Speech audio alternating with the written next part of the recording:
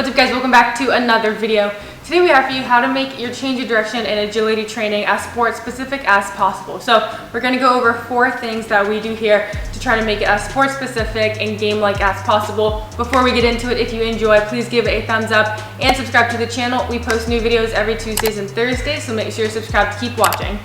Alright, so the first thing we do has to do with the programming actually. So I look at the sport that they play, I think about the major movements, what they have to do, the distance they have to cover, the time they usually have performing the movements, if it's a quick step, if sometimes it's shuffling for like, I don't know, 5 seconds. Obviously each play is different.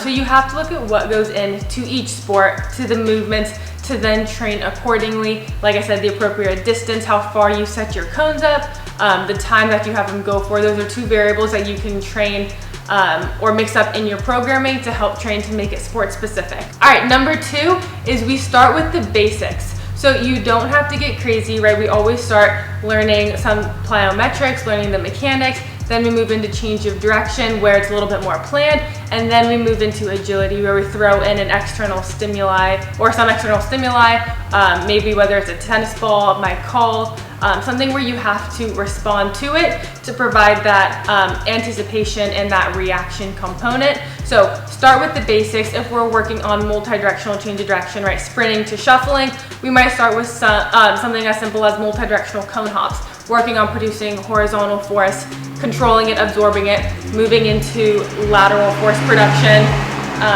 with some type of lateral jump following. So always start with the basics. Make sure you have a good foundation before you graduate up. All right, number 3, build off of that.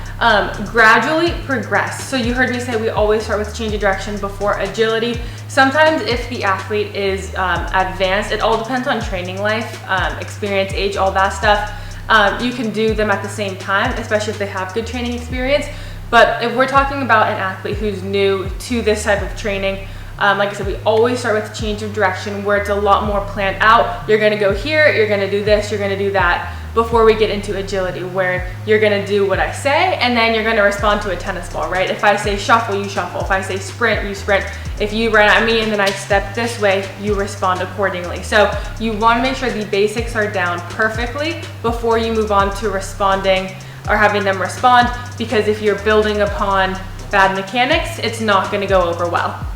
The 4th and final step is making as game-like as possible, and that comes down to the athlete. We can do whatever we want in here to try to replicate, to get them to go fast, but it has to come from them. If they are not going full-on 100% intensity and intent, then it's not gonna be sport-specific or game-specific. So some of the things we do, actually as simple as using an external stimulus, using a tennis ball, a cue, like my call, that actually really works. Going for time, it works really well. You got to sprint, shuffle, backpedal, all in under 5 seconds, something like that. So they're going full on actually sprinting.